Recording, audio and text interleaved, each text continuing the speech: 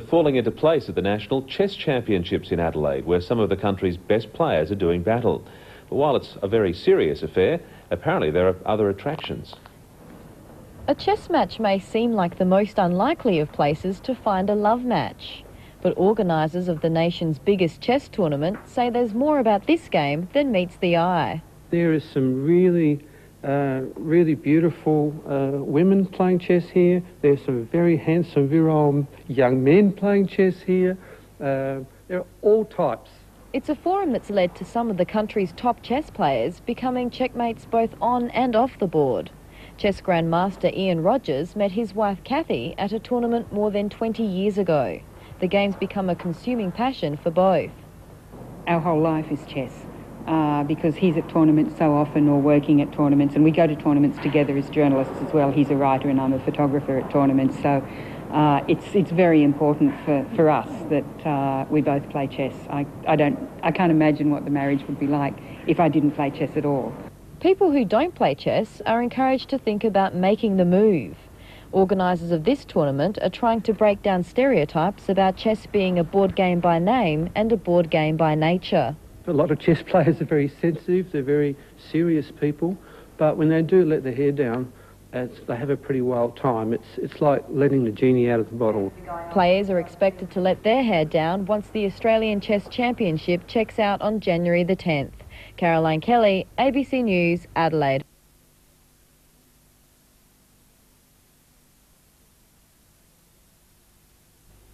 H.G. Wells called it a curse upon man. The French believe you cannot play it if you are kind. And its best player calls it mental torture. They're all talking about chess, the board game thought to have been first played in India in the 6th century. Although Australia boasts more than 30,000 registered players, the sport remains small time here compared to the powerhouse nations of Europe and North America. Despite this, Australia has produced 2 Grandmasters, the highest title afforded to a player. For the past 20 years, they've been battling each other for the title of Australia's best player, and their latest title tilt is being played out at the Australian Championships in Adelaide. Mike Sexton reports.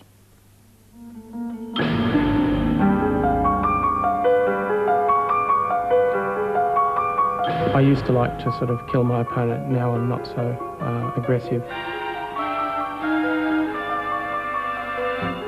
But you have to be a bit ruthless. It's a very serious intellectual endeavour, and it's very creative. There's an old saying that chess is the gymnasium of the mind, and if that's true, then the best chess minds in the country are getting a serious workout this week in Adelaide. They're here for the biennial Australian Chess Championships, a tournament where the prize money is as small as the IQs are large. It's open to Australians only. We've got a couple of Grandmasters playing, a host of international masters and FIDE masters, men and women. So, yeah, it's basically the prestige of winning this national event. And this is the man to beat.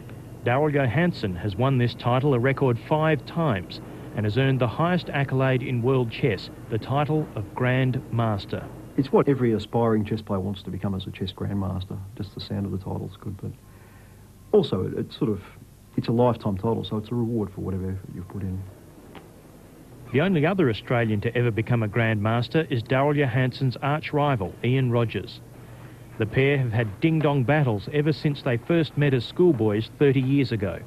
We first played in 1974. It was a Victorian Junior Open.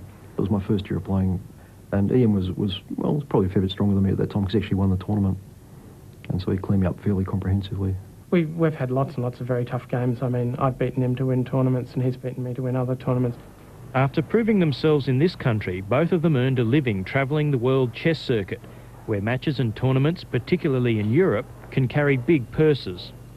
We're talking about the leading players earning over $1 million a year. So it's extremely popular. They are looked at in the streets and mobbed in the streets and asked for autographs, the same as even as our AFL stars here do, you know, exactly the same way. They are mobbed. World champion Garry Kasparov.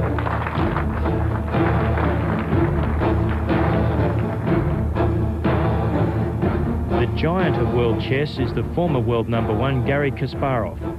So brilliant is his mind that he's taken on and twice beaten the world's most sophisticated computer. Ian Rogers has played the Russian and lost each time, and says he uses mind games to help beat his opponents. He's far more intimidating than your average rugby league player, I'd say. It looks to me as if he's almost drug-assisted, the way he is so aggressive, and he sits down at the board and looks like he physically wants to kill you. There's unlikely to be any such unsavoury carry-on at the Australian Championships, but if there are disagreements, then Roland Eime is there to resolve them. As tournament arbiter, he not only enforces the rules of play, but also issues such as what can be eaten during a match and how. Mostly people eat nicely, but sometimes somebody consuming a watermelon without using proper eating utensils can cause a little bit of confusion by transferring material to the pieces or even to adjoining players. And we've had to ask them to eat outside. After each match, the score sheets are submitted and recorded onto computer. But Roland Eime believes that in chess, like other sports, there's no substitute for seeing the action live. It's a bit like the cricket commentators. They're there, everything's unfolding in front of you, and you can play through the games afterwards because they're all put onto the computer. But you just lose that little bit of, ooh, is he going to play that or not? And that's what makes it great fun. Because the matches last up to 6 hours and there's limited viewing space, the games, especially those featuring the Grandmasters, are viewed and analysed in an adjoining theatre. So if we stop here, this is what they call the open Sicilian, because that pawn that was there has swapped for that one. And this leads to very sharp chess. Chess and computers seem made for each other, and many believe the internet has been a bonanza for the game, especially in Australia. In the past, young people had to join adult clubs to gain experience against better players, but now they can compete online against players anywhere in the world. As a result, we've got 10 times as many kids playing chess in Australia as we had 10 years ago. It's tens of thousands in Sydney alone, and it's been fantastic for the game. Ian Rogers hopes some of those kids playing chess on the net will one day soon challenge he and Darryl Johansen for the Australian title. But in the meantime, this tournament offers another skirmish in a 30-year war. Lord of the Rings has got nothing on. A chess game, we become totally enthralled, totally involved in it. It is, after all, a war game.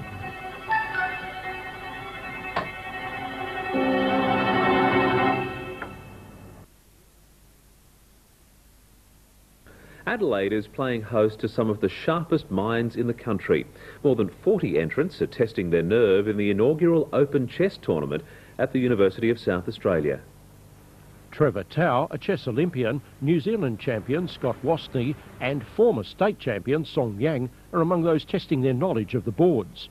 It's relaxing from the world, but it's sometimes very hard to get to sleep after a good hard game. So yes, it's relaxing in one way, but it's stress-making in others. And 8-year-old Surabati Heitman is showing that age isn't a barrier. Today she was keeping Zrobo Zaric, the current state champion, on his toes in a quick warm-up game. We have children of 6 and 7 playing, and we have some of us who no longer admit to having a birthdays at all. There are more than 20,000 competitive chess players in Australia, and there's a burgeoning school competition throughout the country. But if you think all chess moves are slow, spare a thought for Peter Matthews and Amir Amini. With time running out, they were forced to decide their match with what's known as a quarter-time scramble that would have left even the best Grandmaster with a headache.